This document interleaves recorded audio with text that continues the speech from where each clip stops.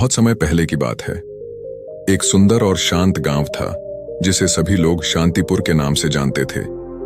इस गांव में एक बुद्धिमान और आदरणीय बौद्ध भिक्षु रहते थे जिनका नाम वसुधामा था। वे अपने ज्ञान और करुणा के लिए पूरे गांव में मशहूर थे। वसुधामा हमेशा लोगों को जीवन की सच्चाइयों और शब्दों की शक्ति के बारे में सिखाते रहते थे। एक दिन गांव के एक युवक का नाम धवल था जो अपनी कड़वी और कठोर बातों के लिए जाना जाता था। धवल को अक्सर गुस्सा आता था और वह गुस्से में आकर बिना सोचे समझे किसी को भी बुरा भला कह देता था। उसकी बातों से कई लोग आहत हो चुके थे, लेकिन उसे इस बात का कोई एहसास नहीं था। वसुधामा को इस बात का पता चला और उन्होंने धवल को अपने आश्रम में बुलाया। धवल के आने पर वसुधामा ने उसे मुस्कुराते हुए स्वागत किया और कहा, धवल, मैं तुम्हें एक कहानी सुनाना चाहता हूं। धवल ने सिर हिलाते हुए कहा, हाँ गुरुजी, कृपया बताएं। वसुधामा ने कहना शुरू किया, बहुत समय पहले की बात है। एक छोटे से गांव में एक किसान रहता था। वह बहुत मेहनती और ईमानदार था। एक दिन उसके साथ एक छोटी सी घटना घटी जिससे उसका पूरा जीवन बदल गया। धवल की आंखें उत्सुकता से चमक उठीं और उसने ध्यान से सुनना शुरू किया। वसुधामा ने आगे कहा, एक दिन किसान अपने खेत में काम कर रहा था। तभी एक राहगीर वहां से गुजरा। वह थका हुआ था। उसने किसान के खेत में लगे आम के पेड़ से आम तोड़कर खाए और वहीं पेड़ की छांव में आराम करने लगा।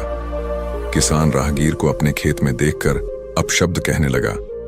जाते जाते राहगीर ने किसान से कहा, तुम्हारे शब्दों का असर तुम्हारे ही ऊपर होगा।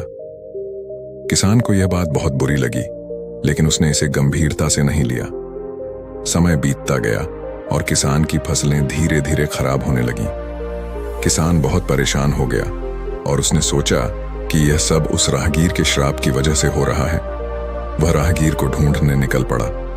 कई दिनों की यात्रा के बाद किसान ने उस राहगीर को ढूंढ निकाला और उससे माफी मांगने लगा। राहगीर ने मुस्कुराते हुए कहा, मेरा श्राप नहीं, बल्कि तुम्हारे ही शब्दों का असर है। तुम्हारे शब्दों में जो नकारात्मकता और क्रोध था, उसने तुम्हारे चारों ओर एक नकारात्मक ऊर्जा का निर्माण किया जो तुम्हारे जीवन पर विपरीत प्रभाव डाल रही है। किसान को तब समझ में आया कि उसके शब्दों का कितना बड़ा प्रभाव हो सकता है। उसने राहगीर से माफी मांगी और अपने शब्दों को सोच समझकर बोलने का वचन दिया। धीरे धीरे उसकी फसलें फिर से अच्छी होने लगीं और उसका जीवन सामान्य हो गया। धवल ने गहरी सांस ली और वसुधामा की ओर देखा। गुरुजी, क्या आप कहना चाहते हैं कि मेरे शब्दों का भी ऐसा ही प्रभाव हो सकता है? वसुधामा ने धैर्यपूर्वक कहा, हां धवल, तुम्हारे शब्दों की ताकत बहुत अधिक है। वे न केवल दूसरों को प्रभावित करते हैं, बल्कि तुम्हारे अपने जीवन पर भी गहरा प्रभाव डालते हैं। यदि तुम अपने शब्दों का सही उपयोग करो तो वे प्रेम, शांति और सकारात्मकता फैला सकते हैं। लेकिन यदि तुम उन्हें नकारात्मकता और क्रोध के साथ इस्तेमाल करो तो वे तुम्हारे और दूसरों के जीवन में कष्ट और दुख ला सकते हैं। धवल ने सोचा और फिर धीरे धीरे कहा, गुरुजी, मुझे समझ में आ गया है।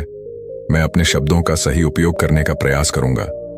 वसुधामा ने संतोषपूर्वक मुस्कुराते हुए कहा, यह तुम्हारे जीवन के लिए एक महत्वपूर्ण कदम है। धवल, याद रखो, शब्दों की ताकत अद्भुत होती है।